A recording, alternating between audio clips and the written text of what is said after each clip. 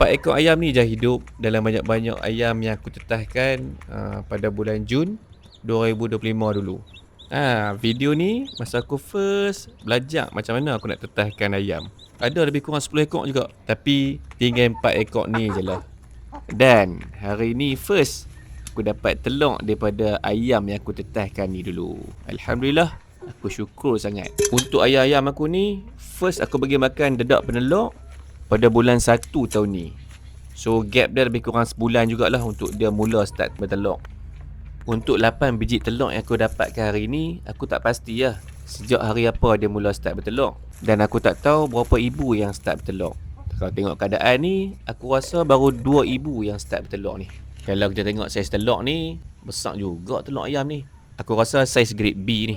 Tadi masa aku nak ambil 7 biji telur yang ada terkumpul dekat netting hitam tu, ibu yang tengah ram telur ni, ibu yang warna orange sebelah kiri ni yang tengah ram. Yang sebiji telur aku jumpa yang berasing tu, aku rasa ibu yang paling besar ni punya. Kalau kita tengok dekat gelambiak dia ni, dah labuh macam ni, memang dah start bertelur lah. Beza dengan yang ni. Yang ni muda sebulan. Kalau kita tengok keadaan balung dengan dia punya gelambiak dekat bawah tu, memang belum sampai time lagi lah. Yang ni pula ibu yang tengah ram 7 biji telur tadi. Tengok tu. Dia tengah cari telur dia lah tu. Aku dah ambil simpan dah telur dia tadi. Sementara duk kemas-kemas reban depa tadi, aku ada siapkan ni lah. Dia punya tempat telur ni. Aku buat 2 dulu. Satu kat sini dan satu dekat sana. So nanti tak adalah depa duk telur merata kan. Ada tempat macam ni senang. Sekali kita nak kutip pula. So esok aku akan main tengok lah keadaan dia macam mana. Ish lah dia duk rabat pula cari telur dia.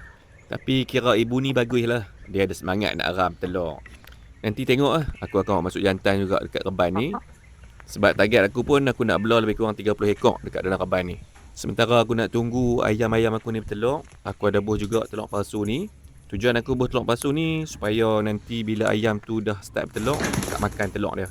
Untuk makanan ibu-ibu ayam ni, supaya dia bertelur, aku campurkan dedak penelur dengan jagung halus ya.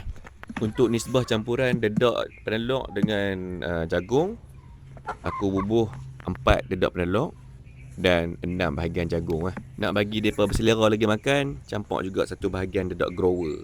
Tapi yang tu aku buat selang-seli lah. Kalau kita nak sukat saiz telur yang aku kutip tadi dengan telur dekat kedai, aku cuba letak sebelah-sebelah dengan telur grade B. Saiz dia lebih kurang sama je. Cuma beza dia, telur yang aku kutip tadi dia lonjong sikit.